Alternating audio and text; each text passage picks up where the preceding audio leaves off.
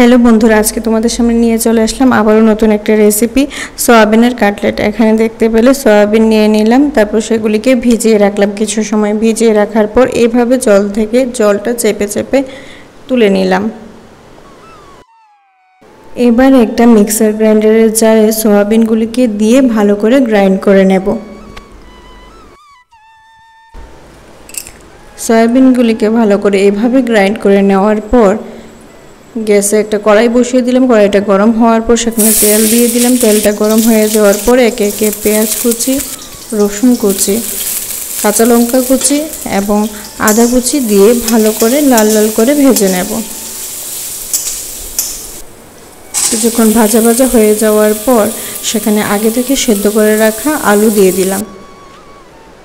আলুটাকেও সবগুলির সাথে একটু মিশিয়ে নেব। মিশিয়ে নেওয়ার পর আগে থেকে গ্রাইন্ড করে রাখা সয়াবিনগুলো সেখানে দিয়ে দিলাম।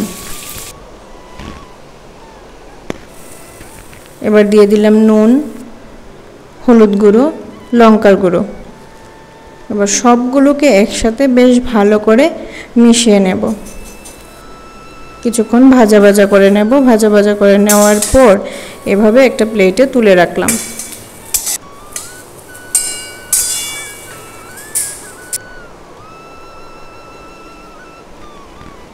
এবার ঠান্ডা হয়ে গেলে কাটলেটগুলোকে যে কোনো একটা শেপ দিয়ে দেব। এখানে এরকমভাবে একটা শেপ দিয়ে দেওয়া হলো। তোমরা চাইলে তোমাদের নিজ পছন্দ মতো যে কোনো শেপ দিতে পারো।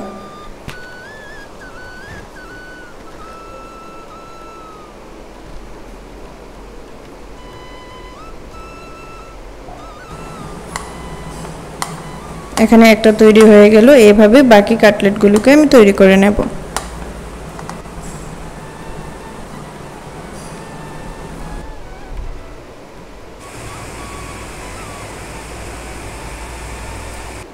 এবার একটা মিক্সিং বোলে কিছুটা পরিমাণ বেসন নিয়ে নিলাম। তার মধ্যে দিয়ে দিলাম নুন, গোলমরিচের গুঁড়ো। তারপর পরিমাণ মতো জল দিয়ে একটা বেসনের ব্যাটার তৈরি করে নেব। ব্যাটার তৈরি হয়ে গেলে আগে থেকে বানিয়ে রাখা কাটলেটগুলোকে সেই ব্যাটারের মধ্যে চুবিয়ে এখানে দেখতেই পাচ্ছ বিস্কুটের গুঁড়োর মধ্যে কোট করে নিলাম। তোমরা চাইলে ব্রেড ক্রাম্বসের মধ্যেও করতে পারো। আমি একবার কোট করলাম, তোমরা সেটাকে ডাবল কোটিংও করতে পারো।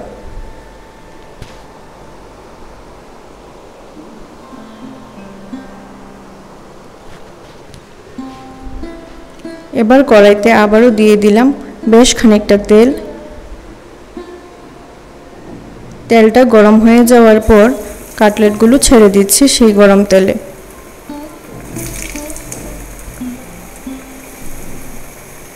লক্ষ্য রাখতে হবে গ্যাসের ফ্লেম যেন লো থেকে মিডিয়াম থাকে, কারণ গ্যাসের ফ্লেম যদি হাই হয় তাহলে কাটলেটগুলো উপর থেকে পুড়ে যাবে আর ভেতরটা কাঁচা রয়ে যাবে।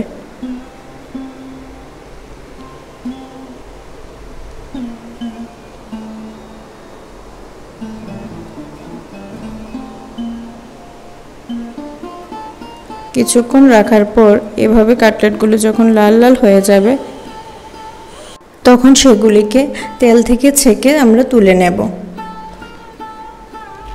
এখানে কাটলেটগুলো হয়ে গেছে।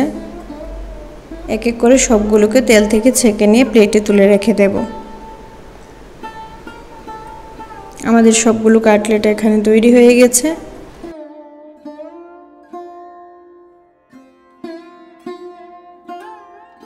এবার একটা প্লেটে সুন্দর করে সাজিয়ে নেব। শসা, পেঁয়াজ এবং টমেটো সসের সাথে সয়াবিনের কাটলেটগুলো পরিবেশন করলাম।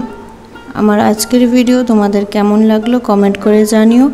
যদি ভালো লেগে থাকে তাহলে প্লিজ লাইক, শেয়ার এবং সাবস্ক্রাইব করে আমার পাশে থেকো। সন্ধ্যের সময় এরকম একটা রেসিপি হলে আর কিছুই চাই না। আমার রেসিপিটি ফলো করে খুব সহজেই তোমরাও বানিয়ে নিতে পারবে সয়াবিনের কাটলেট। তোমরা যদি বাড়িতে বানাও তাহলে আমাকে কমেন্টে জানিও কেমন হয়েছে। আজ তবে আসি।